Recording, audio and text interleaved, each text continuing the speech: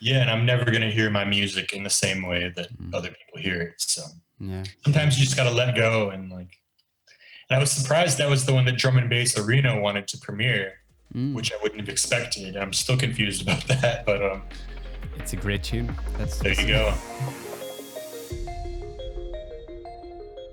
I picked up, I think you mentioned it in an interview, but definitely something I picked up on while listening back to your catalog before this chat is like the balance between, and especially on your latest EP, the balance between modern sound, but very nostalgic, past looking elements and aesthetics.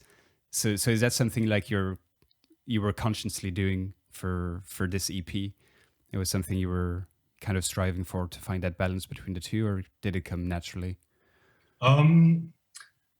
I think the melodic aspect of it just comes naturally to me. Like I do what I do, and like I like what I like. So like what I was trying to do a bit more deliberately was like to nerd out a little bit. I used Omnisphere and like addictive keys, less like retro synths, more modern synthesis. And I'd gotten some drums from Saddle and Polo and Bryson and some various producers. I had like a little Jarrah and Stone collaboration that we didn't end up finishing, but I think I used some drums from that, and just trying to update the drums a bit and like use some more modern VST synths rather than retro stuff. But musically, I'm gonna do regardless. Like I can't do anything else but like what speaks to me. So there's certain chords that just speak to me, you know. It can be difficult. Like right now, like I'm always writing sketches, and like sometimes I'm just like, I've used these same chords like a million times. Like, how do I move forward in a way that's like sounds like me, but is not me? But so it's always sort of like an inner dialogue I've got going on where I want to move forward, but there's just certain chords that just speak to me. But then sometimes I realize I'm overthinking it. Like if something works, it works. Sometimes the simplest ideas work the best. So So sometimes like I just lay down a sketch, and if I'm not sure about it, I just let it sit, come back to it 2 weeks later with fresh ears. I'm like, this is very simple, but it works. And I don't have the luxury of not finishing something. If something works, I feel like I have the obligation to finish it and release it, because I mean, quite frankly, I write a lot of tunes that don't work, and the public doesn't ever hear those ones. But when I come up with something that works, I feel like I have the obligation to finish it and release it. Yeah, definitely. About like, I know there's a million tracks that I love that are like just your 4 basic chords that have been used a million times. And there's just something about them that still works. And I was actually reflecting on this a few days ago. I was listening to, I don't know if you heard it, Paul and Bryson's single Under. It's beautiful. Yeah, it's amazing. like I heard those chords on piano. I was like, what are these chords? So I went to my piano and I was finding the chords, and it was like A minor, D or something. Like nothing like the most used chords ever, but it works so well. I don't know, I find it amazing sometimes, like there's only like 12 notes, and you can still come up with all these new emotions, and I don't know, it's fascinating. The additional melodies on top of the chords that make it unique. I'd say that undertune is a good example. Like you said, it's a really, I don't know if it's cliched, but like those chords have been used probably a lot of times before, but just like the additional melodies and the sound design, and like honestly, like if you come up with a good sound, like a good tone on a synth, then tunes can write themselves. Like it's just like, okay, this is a cool synth patch that I've slightly altered to make my own. Certain chords just work really well on this. And like you could take those same chords and use it on a different synth patch, and it would sound absolutely shit. Like for example, I have this tune Weather It Out, which is on my first North Quarter EP, on the Detroit Haze EP.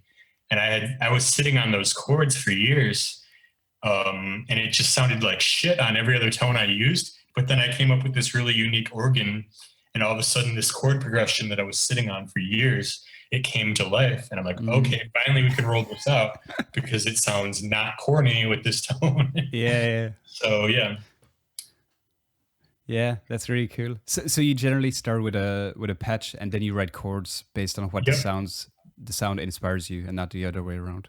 Yeah, that's exactly right. A lot of people start with drums, and I think that's probably a good way of working, like getting the groove right, and then the music can write itself. But for me and my tunes, like they don't work if they don't have that, like the core musical idea, if that's not in place. So I always start with the chords first, and then a melody and a bass line, and then I write the drums to it. So yeah. I mean, it's different for everybody. That's some people start with, I don't know, maybe the bass, and a lot of people do it last. Started with bass. So it really depends. We mentioned it in passing, but I do want to talk about Botanical Life because that's my favorite of the EP. I love that track and the melody that comes in and the voice, and it evokes a lot of things in me when I listen to it. And I think I heard you say in an interview that it's the one you were maybe a bit unsure about on the EP, and you weren't quite sure that it really fit on the EP or something. I was just curious on your take on that track, if you remember writing it or. Yeah. So during COVID, had a lot of time to myself, and I would always go down these YouTube rabbit holes. And a friend of mine from Hong Kong actually was staying, crashing with me, and we were listening to a lot of like DJ Crush mixes, like from the late 90s, sort of like this trip hop vibe. And I just heard this tune. I'm not even going to mention what it is because it's like a trip hop tune from the 90s. And I just started playing along with it on the roads, and I came up with this whole arrangement of my own. And I didn't want to sample that tune because I don't tend to sample things from my own lifetime. Okay. I tend to sample things from before I was born. And so I came up with this idea of just jamming along with this trip hop tune. And then the original version of Botanical Life had this really minimal, sort of like around 2010 on Solar, everybody had these like really little claps and like really minimal beats. And so that was the original drums to Botanical Life, but with all the music that I had written inspired by this trip hop tune. And so in the Newport Magnetic sessions, I had written about 19 sketches, and that was one of them. And it was one of the more left field, subtle ideas that I had come up with. But Lenzman was like, nope, that's sick right there. Like, we have to use that one. I'm like, yep, I do like this one. I was just surprised because I thought it was a little bit less obvious. But I was happy to use it because I wouldn't have put it in our folder if I wasn't happy with it. But I ended up beefing up the drums a bit and making them more modern. And we tried it as a vocal tune with some singing over it. But we were like, no, it's cool. It's just like an instrumental. And then I threw in that sample from the Bedtime for Adults podcast. And all of a sudden, it's just like, this is really unique. Let's use this. And it's just like melodically, I thought it was strong. The bass line worked. So like, it made the cut basically. Yeah. It's funny that you feel it's more of a left field track, because for me it might not be. No, but it's like your perspective writing it versus my perspective listening to it. I feel it fits perfectly in your catalog and in that EP, for example. So it's interesting, always the difference in perspective when you're writing versus listening.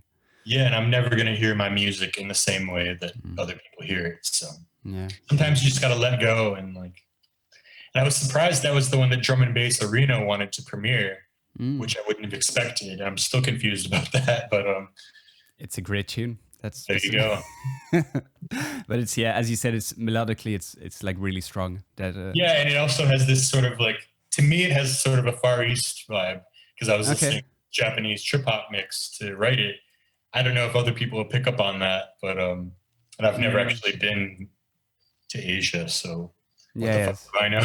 It's just a feeling. Yeah, it's just a feeling. Yeah. No, I really dig it.